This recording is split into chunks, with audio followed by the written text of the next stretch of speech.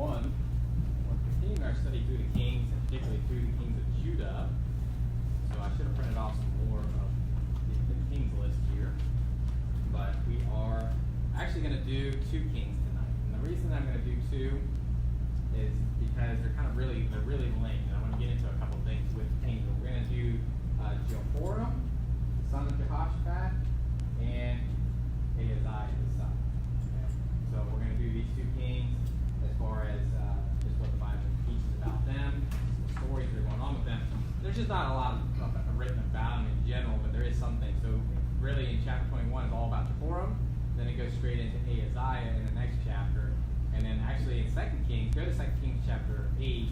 I do want to start there. 2 Kings chapter 8 deals with both of them all at once there.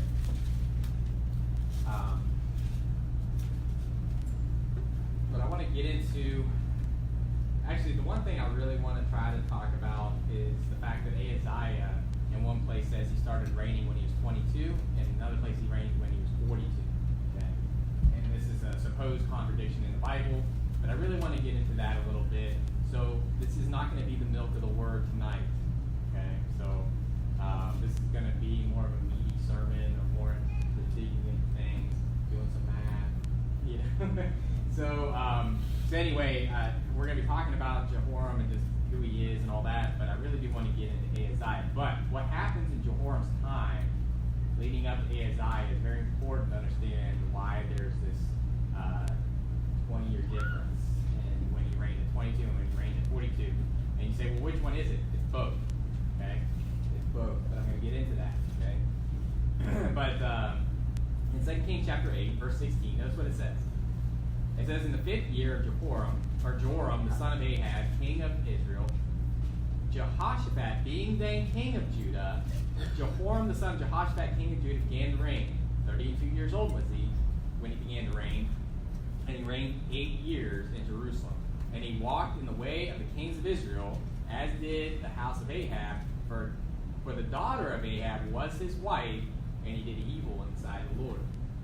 So there's a couple things to see here. First of all, the big problem with Jehoram is that he married Ahaziah, which is the daughter of Ahab. Okay? So Ahaziah, it doesn't say that she's the daughter of Jezebel, but she might as well be if she's not. But I would say that she has the same attributes as Jezebel. We're going to get in, I'm going to have a whole sermon about Ahaziah after this one. So next week we're going to be talking about Ahaziah, because she actually reigns for a little period of time as queen. So there's actually a queen of Judah, so to speak. And then obviously the true king comes back and all that. But we see that he marries the daughter of Ahab, so that causes him to basically do the things of the house of Ahab. Okay, so this is the downfall of Jehoram and Ahaziah. So Jehoram is married to Ahaziah, but then Ahaziah is Ahaziah's mother. Okay, so that's where you get this problem. Ahaziah is really the root of the problem. Just as much as Jezebel was really the root of the problem with Ahab. But we also see that Jehoram co-reigned with Jehoshaphat. Did you notice that it said that? This is a great place to prove that, this co-regency thing, because you'll see in some places where it says they reigned for this many years, and they reigned for this many years, and they had differences in when they started to reign, or how old they were when they started to reign, because it says that Jehoshaphat, being then king of Judah, in verse 16, Jehoram, the son of Jehoshaphat, king of Judah, began to reign. Okay? And so I believe, though, that Jehoram's 8-year reign was counted, that 8 years is counted after Jehoshaphat died. Okay, so, but this is showing that there's this, basically he was kind of reigning with Jehoshaphat while Jehoshaphat was still king, and there's this overlap, so to speak. So that kind of proves that when you look at co-regency things that are going on throughout the Kings and the Chronicles. But going back to chapter 21 of 2 Chronicles, we're going to see that Jehoram really starts off on a really bad foot, okay? And Jehoram is going to kill all his brethren, all his brothers. So he has 6 brothers that are born of Jehoshaphat, and he kills them all. So this guy is not a good guy. This is a really bad guy. This guy gets one of the worst deaths in the Bible. Besides Herod, you think of Herod, who worms consumed him. What happens, how he dies is not the way I'd want to go. Okay? This is a horrible death that happens to Jehoram. But you can definitely see why he got that. But it wasn't just that. There was other things that he did. But in verse 1 there, 2 Chronicles chapter 21, it says, Now Jehoshaphat slept with his fathers and was buried with his fathers in the city of David. And Jehoram his son reigned in his stead. And he had brethren, the sons of Jehoshaphat, Azariah and Jehiel and Zechariah and Azariah and Michael and Shephatiah. So there's 2 Azariahs. So get a little more creative with your son's names. The name of the same name. He probably went by a nickname or something at some point. But anyway, so you have 6, right? You have 6 brothers there. All these were the sons of Jehoshaphat, king of Israel. And their father gave them great gifts of silver and of gold and precious things with fenced cities in Judah. But the kingdom gave he to Jehoram because he was the firstborn. So the reason that he reigned is because he was the firstborn, not because he was better. Because actually Elijah is going to bring up a point and says, actually, they were all better than you. All the brethren that he killed, he's making a point saying, they were all better than you. The only reason that he got the throne is because he was the firstborn. Okay? But then it goes on there, in verse 4, it says, Now when Jehoram was risen up to the kingdom of his father, he strengthened himself and slew all his brethren with the sword and divers also of the princes of Israel. So not just his brothers, but other princes that were among them. So you can think of like his cousins or just different people that were related to where he's taking them all out, right? And, the reason I bring this up, or, this is a big point, is because when Ahaziah kills all the seed royal, she got that idea from her husband. Okay? So he just basically killed, he was already king, but he's just like, I'm going to make sure that no one else can be king besides me. I'm going to kill everybody that's even, in the runnings. But then going on there, it said Jehoram was 32 years old when he began to reign. He reigned 8 years in Jerusalem. And he walked in the way the kings of Israel, like as did the house of Ahab, for he had the daughter of Ahab to wife, and he wrought that which was evil in the eyes of the Lord. So same thing that was said in 2 Kings. But notice what it says here, going on, that even though Jehoram was evil, did evil things, God's promise, as far as having a king sit upon David's throne, was still held up. Okay? And he's making a point here because obviously this Jehoram is a really evil dude. But in verse 7 there it says, Howbeit the Lord would not destroy the house of David because of the covenant that he made with David, and as he promised to give a light to him and to his sons forever.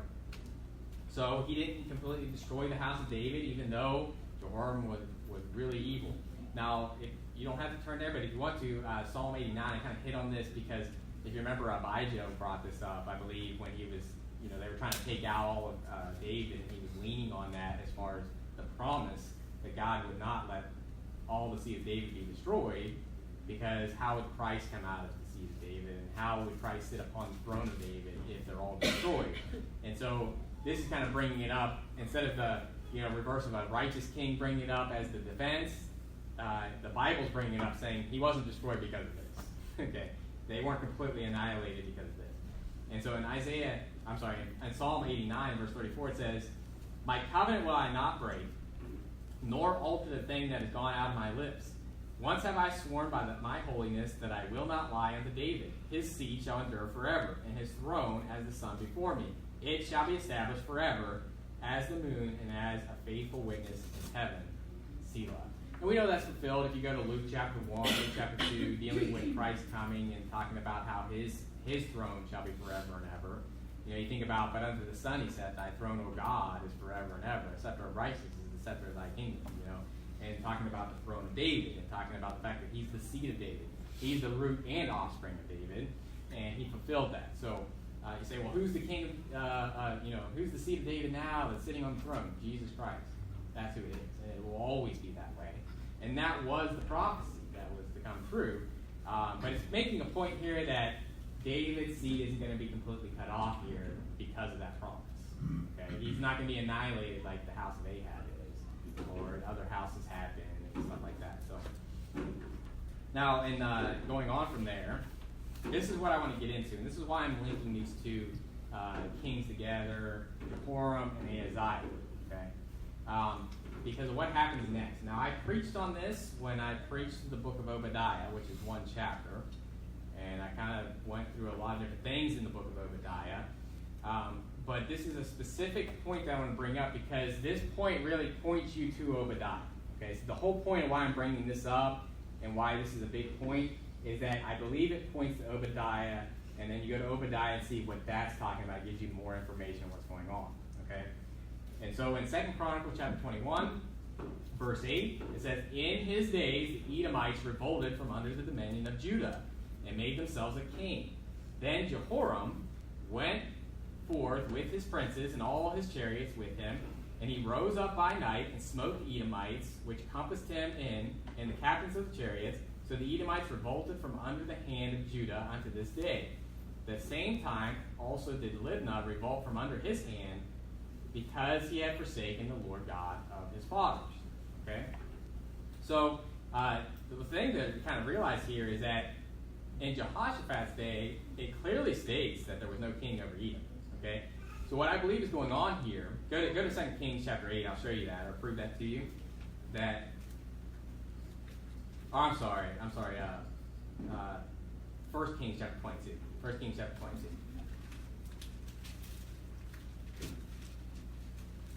So 1 Kings chapter 22, verse 47, during Jehoshaphat's reign, so Jehoram's father, right? In verse 47, so 1 Kings 22, verse 47, it says, "There was then no king in Edom, a deputy was king." So that's why, you say, well, why is that mentioned? It's kind of this odd note there. When we went through Jehoshaphat, it just kind of mentions this in passing, because it's a thing to note that happens during Jehoram's reign. So basically, Edom, I believe, was basically under the authority of Judah at that time. Okay, they were under the authority. Then they revolted during Jehoram's reign, and they got themselves a king. Okay, they didn't just have a deputy. They're basically becoming independent, revolted, and that's when. And then Jehoram tries to go after them, but they just rebelled from that point on. There's going to be a reason why that's important, as far as Edom was not in good standing with Judah at this time. Okay. But I do want to get into a sin that Jehoram commits that causes him to get this judgment of the disease in his bowels. Okay, so notice it in 2 Chronicles chapter 21 and verse 11.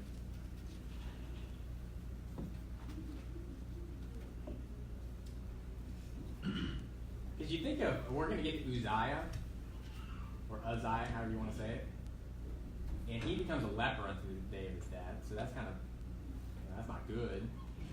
But this one's the worst. When I read this, I'm like, oh man, that's painful. It's horrible.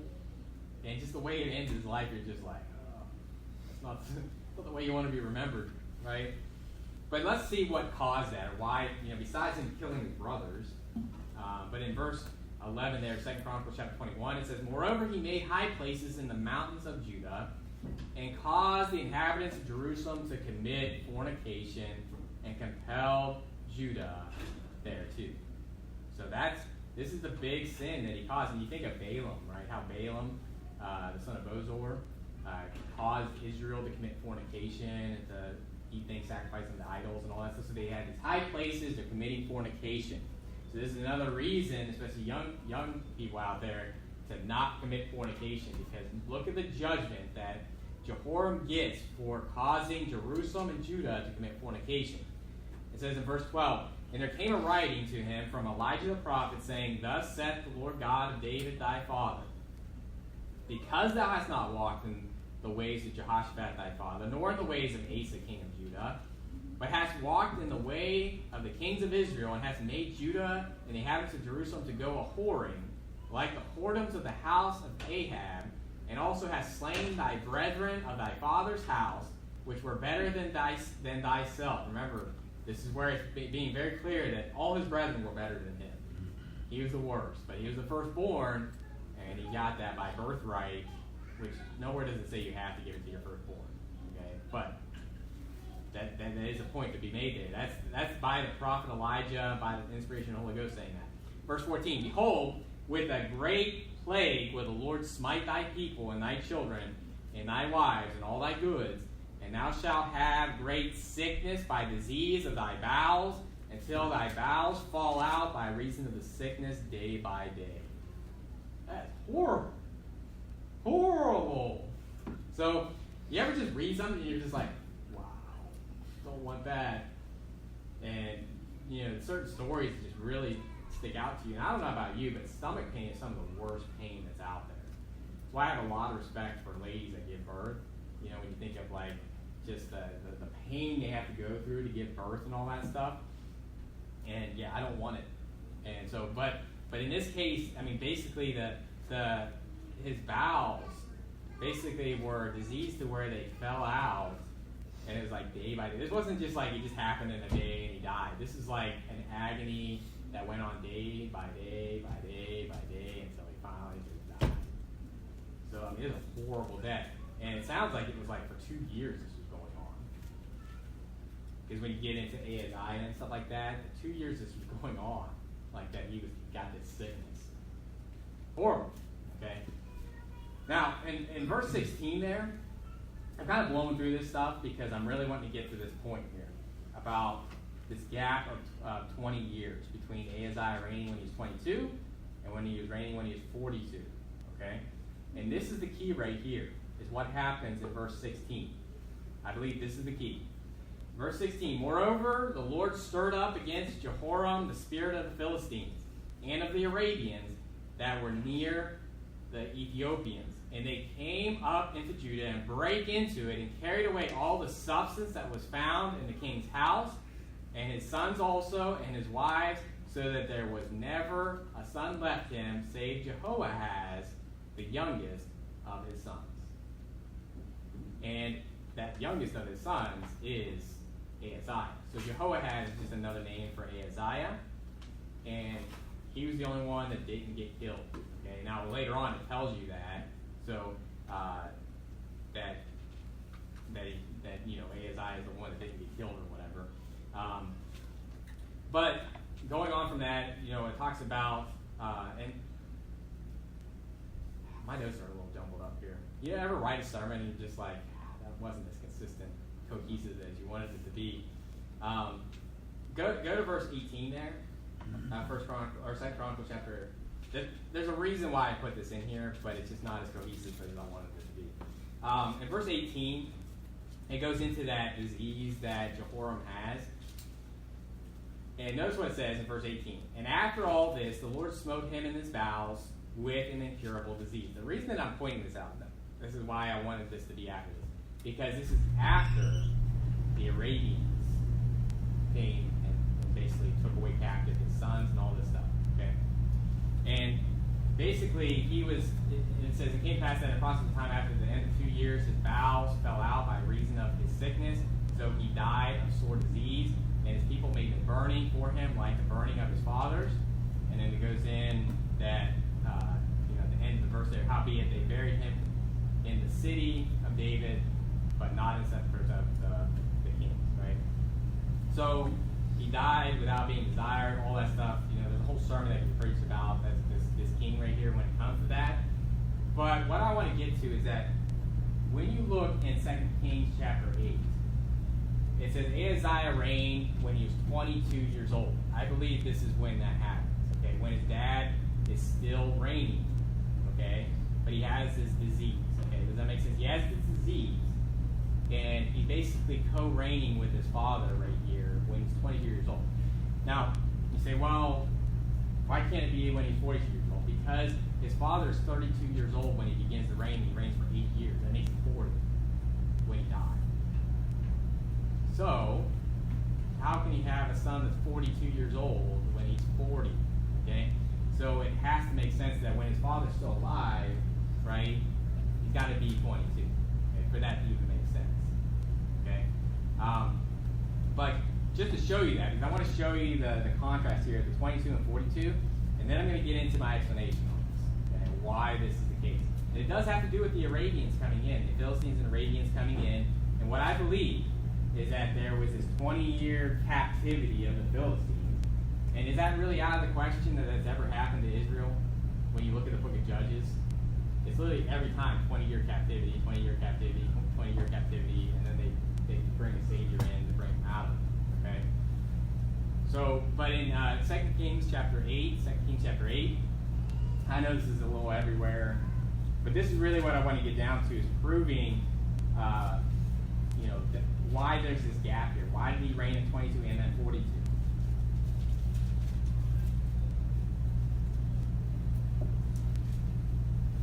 So in 2 Kings chapter 8, verse 25, it says, in the 12th year of Jehoram, the son of Ahab, king of Israel, did Ahaziah, the son of Jehoram, king of Judah, begin to reign. Notice this in verse 26. 2 and 20 years old was Ahaziah when he began to reign, and he reigned 1 year in Jerusalem, and his mother's name was Athaliah, the daughter of Omri, king of Israel. And he walked in the way of the house of Ahab, and did evil in the sight of the Lord, as did the house of Ahab, for he was the son-in-law of the house of Ahab. So we already kind of knew that, right? Athaliah was Jehoram's wife, and that's what made Ahaziah's mother, right? So Athaliah. But it says that he was 22 years old when he began to reign. And go to 2 Chronicles 22. 2 Chronicles 22, this is where we're going to get the contrast. It's going to say 42. But I believe, honestly, that verse 1 explains why it's 42 now and not 22. Because the story of the Arabians, the Philistines, coming in and taking them captive is not mentioned in 2 Kings.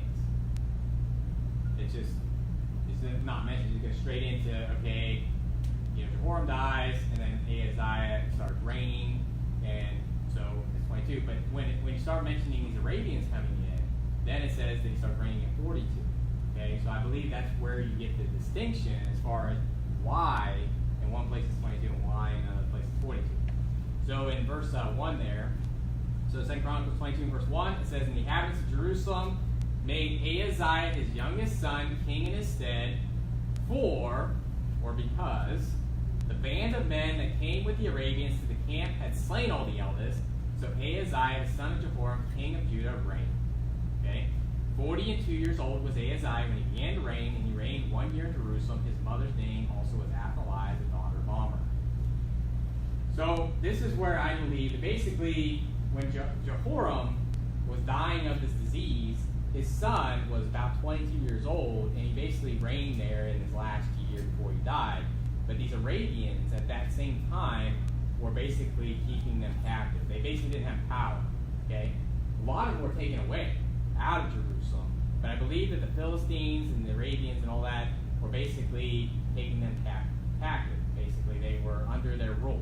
Okay? Kind of like in the book of Judges, where the Philistines would have the rule. They didn't just take them completely out of the land.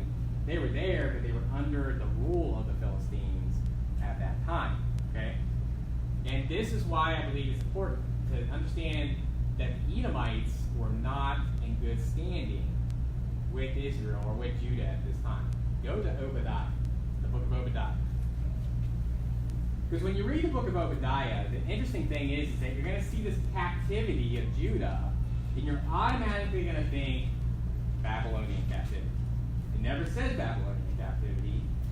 And I believe that this pronouncement against Edom is talking about this event right here. So what happens in this chapter? Well, the Edomites start revolting against Judah. After that, the Philistines and the Arabians come in and take captive a lot of their princes and all this stuff, take their substance, and basically take out Jerusalem. And Obadiah is going to get into the fact that while that was going on, Edom did not treat Judah well. Okay? And this judgment is coming against Edom because they didn't treat him well. And what I'm going to show you, first of all, is in Obadiah chapter 1, verse 1, what this whole vision of Obadiah is about. And if you want a more in-depth sermon on Obadiah, go back to the sermon I preached on that, because there's a lot more in Obadiah. But I did touch on this a little bit, okay, when I went through that sermon. Again, I told you this is not milk of the word tonight. This is going to be meat, okay? Obadiah 1, verse 1, it says, the vision of Obadiah, thus saith the Lord God concerning Edom. We have heard a rumor from the Lord, and an ambassador is sent among the heathen. Arise ye, and let us rise up against her in battle. So what is this whole book, this chapter about? It's pronouncing judgment against Edom. And you'll see that. And I preached a whole sermon on how there's that the allegory of Israel and Edom, and the children of God and the children of the devil. And that allegory that you see there, Jacob have I loved, and Esau have I hated, and that whole allegory that's there. There's an end times allegory that's on this. But what I really want to get to is what this vision is actually about in, like the short term, like this is what it was written for, primarily, right? So I want to get into the secondary stuff. I want to get into the primary. Verse 10 then. It says, "For thy violence against thy brother Jacob, shame shall cover thee. Thou shalt be cut off forever." Notice this. "In the day that thou stoodest on the other side, in the day that the strangers carried away captive his forces, and foreigners entered into his gates, and cast lots upon Jerusalem, thou wast as one of them." So now we're talking about Jerusalem, casting lot, being captive, all this stuff that's going on here, right? Verse 12. "But thou shouldest not have looked on the day of thy brother in the day that he became a stranger. Neither shouldest thou have rejoiced over the children of Judah in the day of their destruction. Neither shouldest thou have spoken proudly in the day of distress. Thou shouldest not have entered into the gate of my people in the day of their calamity. Yea, thou shouldest not have looked on their affliction in the day of their calamity, nor have laid hands on their substance in the day of their calamity. Neither shouldest thou have stood in the crossway to cut off those of his that did escape. Neither shouldest thou have delivered up those of his that did remain in the day of distress." You say, well, this is clearly talking about Babylonian captivity. Well, that wouldn't make sense with the chronological order of Obadiah. Because Obadiah is, if you think about the order of like Hosea, Joel, Amos, Obadiah, Jonah, Micah, all those are before you get to the Babylonian captivity. This is something, he's speaking in this, like this has already happened, right? This has happened, this is what you did when they were taken captive, okay? And so I believe this is pointing back to what happens here with the Philistines and the Arabians, where they came in and they took all the substance out of Jerusalem. Isn't that what they mentioned, that they basically came in and did it with them? When they came in to take the substance out, they came in there too and they took it away. And they're getting judged because during their captivity, during this whole calamity that's going on with Jerusalem and Judah, Edom's basically being partakers with those that are doing it to them. Which makes sense because they were revolting against Judah at that time. They were not friends, right? Because Edom and Judah were already in confederacy at that point before the Philistines and Arabians came in, okay? And so I believe Obadiah is talking about that event. It's talking back to that. Now, if Obadiah would have been written after, if you're talking about down in like Haggai's time or Zechariah's time, then I'd be like, okay, it's probably this happened when, when they were taken captive into Babylon, okay? But where else was Judah taken away captive? Show me another place that we've ever covered here where Judah was taken away captive, okay? Now we know that Israel was taken away captive of the Assyrians, but even in this passage, that hasn't even happened yet in the story of Jehoram and Ahaziah, right? Israel's still a nation, the Assyrians haven't come in. But also look up the time that Edom's even mentioned in the Kings at all. After that, this is the only place. Besides, if you go back to when they're in the wilderness, right? That Edom's mentioned in the history of events, okay? So I believe it's a strong case to say that Obadiah is talking about this captivity. And why I go to this, and because you don't have to go to this, but I think it bolsters it. Does that make sense? Because I could just explain that to you in these passages and be like, this is what I believe is happening. But I believe this gives you a strong case that in verse 11 of Obadiah, it says, "In the day that thou stoodest on the other side, in the day that the strangers carried away captive his forces, and foreigners entered into his gates, and cast lots upon Jerusalem." I think it's giving you more information of what happened when the Arabians and the Philistines came in. It even goes on in Obadiah, which I don't have it written down for sake of time. It talks about the Philistines. Like Obadiah mentions the Philistines. So who was mainly talked about? It says the Philistines and the Arabians that were near the Ethiopians. Okay, that's in the story. And so I believe that gives you a strong case that there was this captivity, so to speak. So basically, Ahaziah, you say, well, what are you talking about? Ahaziah started to reign when his father was dying of this bowel disease, right? But at that time, they were being taken captive, and they basically were in captivity, and no one was reigning. And I actually don't believe anybody was even reigning in Israel at the time. And I'm going to show you something here. Follow me now. We're going to get into some math. It's just addition, okay? But there's a little bit of subtraction. Go to Ezekiel. So I want to give you a number here that could prove this 20-year gap, okay? This 20-year gap. And this is just a theory. Here's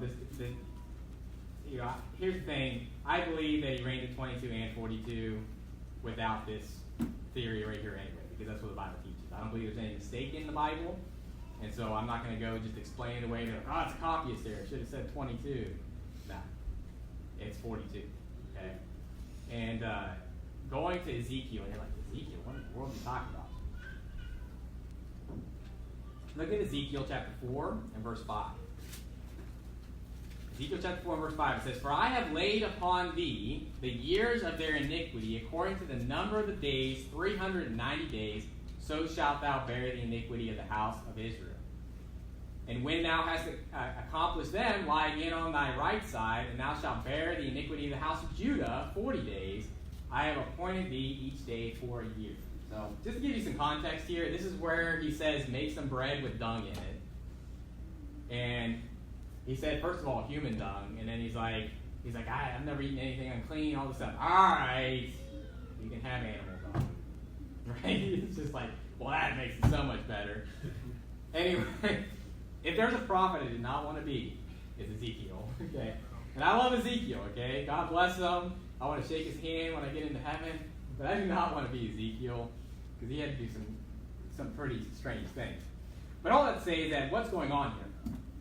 God is telling him that for 390 days he has to lay on his left side for the iniquity of Israel. Okay, so that would, and then he says, okay, after you're done with that, you got to lay on your right side for 40 days for Judah.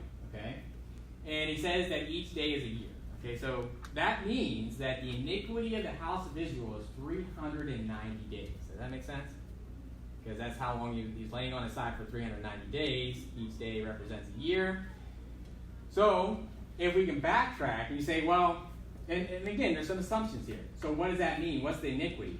I believe it's the sin of Jehoram, the son of Nebat. I don't know about you, but when we went through the kings of Israel, what was brought up every single time? They followed the sins of Jehoram, the son of Nebat, son of Nebat, son of Nebat. It's just constant, okay? So I believe that this 390 should go all the way back to Jeroboam, the beginning when he starts to reign, right? When he sets up those 2 golden calves, and that's the sin, that's the iniquity of Israel for 390 days. Obviously, Judah only had an iniquity of 40 days, so 40 years, so it wasn't as much, because obviously we had good kings going on through there and all that. So, that being said, it should be 390 years from where he says this is Ezekiel to back to where Jeroboam reigns, okay? So here's where some math comes in. First of all, we got to figure out where is Ezekiel when this is being mentioned. Okay? Go back to Ezekiel chapter 1. This is definitely a Bible study setting tonight. Okay? So, Ezekiel chapter 1, we start off the book, and we're going to see where this is starting. So if you actually read Ezekiel 1, 2, 3, and 4, there's no other break. So when you go through Ezekiel, you'll see breaks where it says in this year and such, and it'll kind of break it off as far as when it's being said. Well, from chapter 1 to chapter 4, there's no break, so I take it as one big thing. Okay, does that make sense?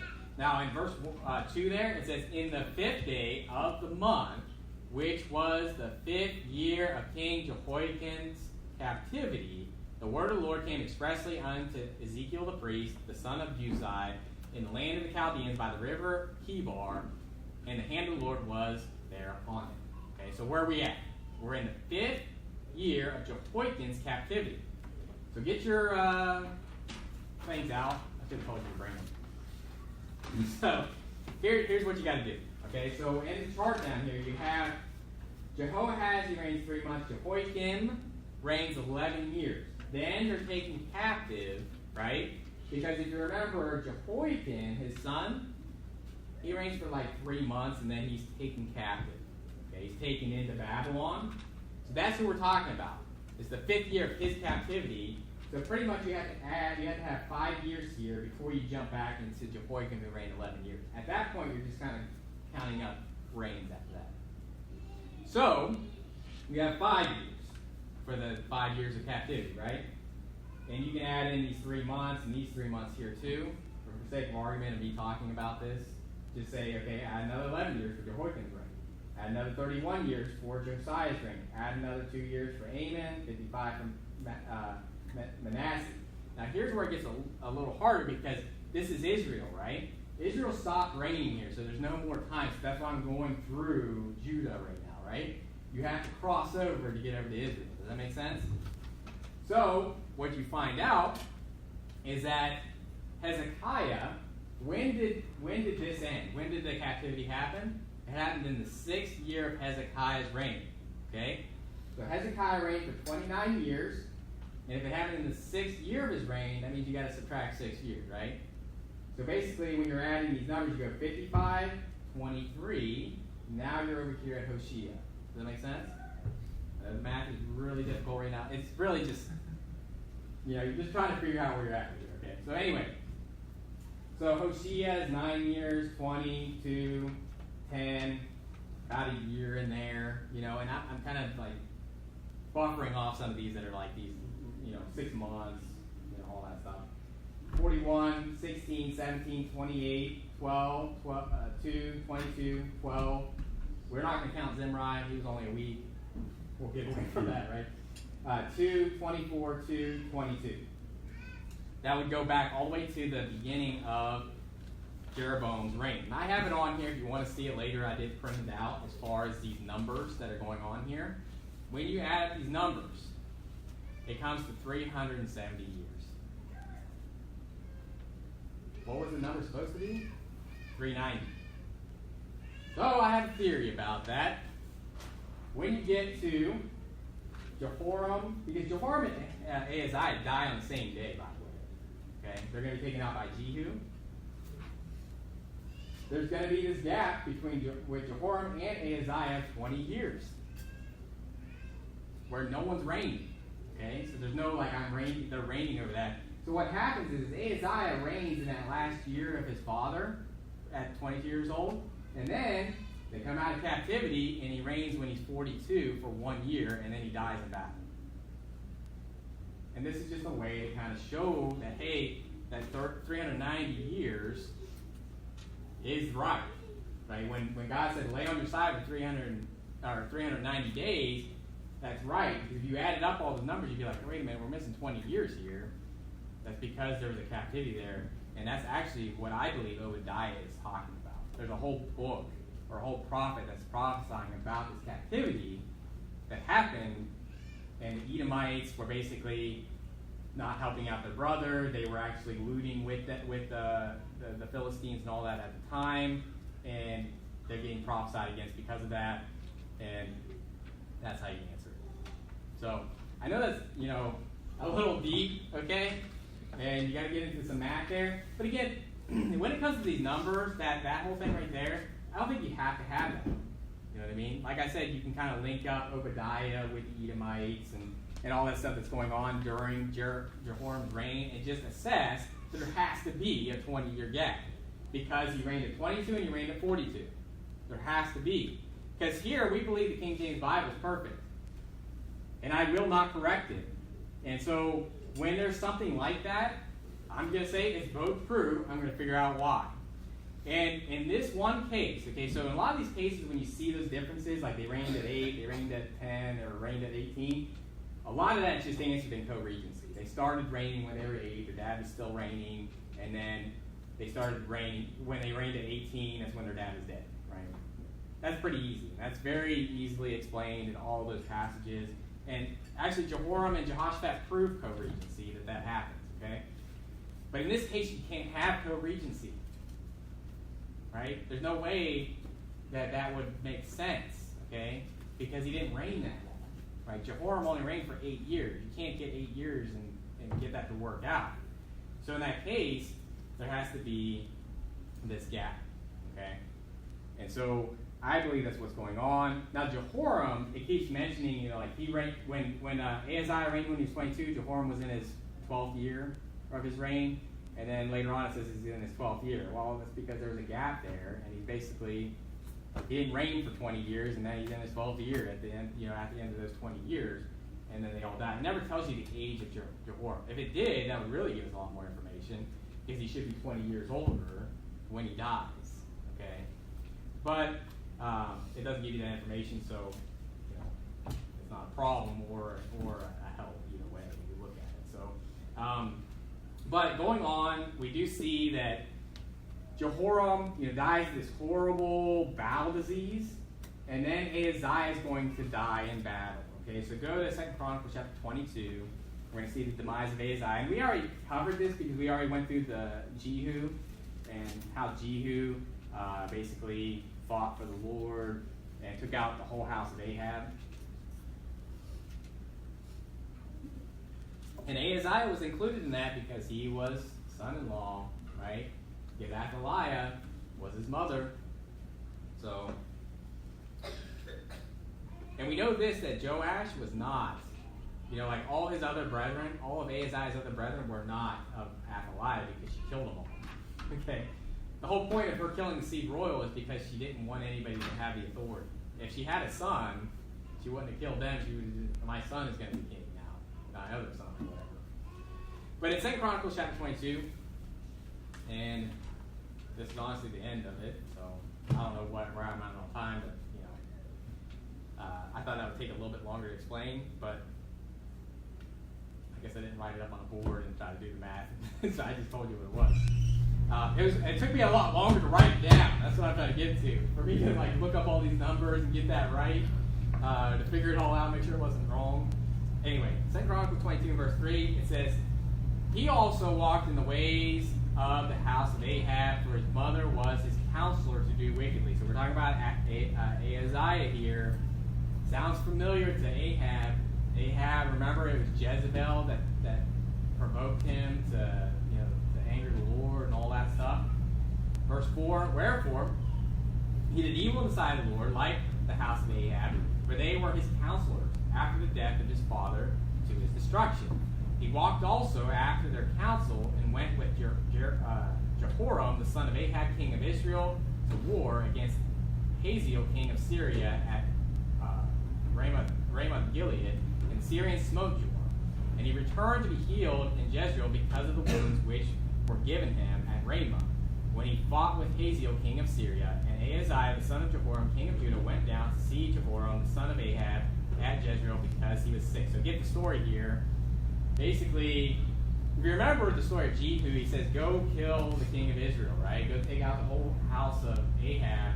And Ahaziah is just kind of in the wrong place at the wrong time, if you will. Meaning that he's there to see how his buddy Jehoram's doing. He's sick, and he's just going to go see how he's doing and all this. And that's when Jehu comes in, driving furiously. Verse 7, it says, "And the destruction of Ahaziah was of God by coming to Jehoram." Okay, so this was his undoing. Obviously, he had some other problems, but following his mother Athaliah.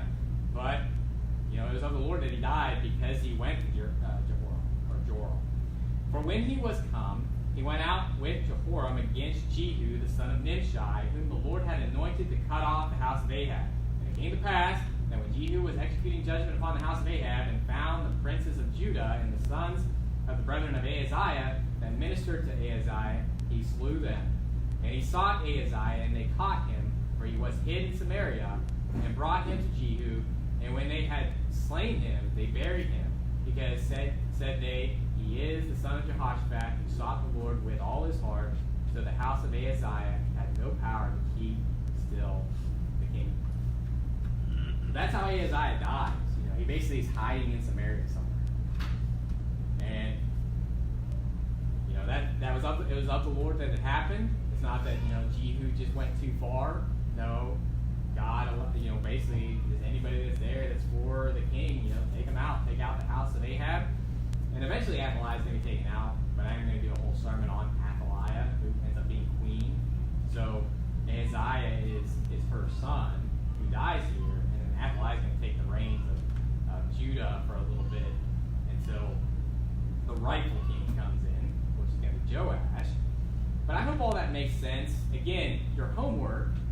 is to read Second Chronicles 21 with a story about the Philistines and the Arabians and the Edomites, and then read Obadiah at the same time.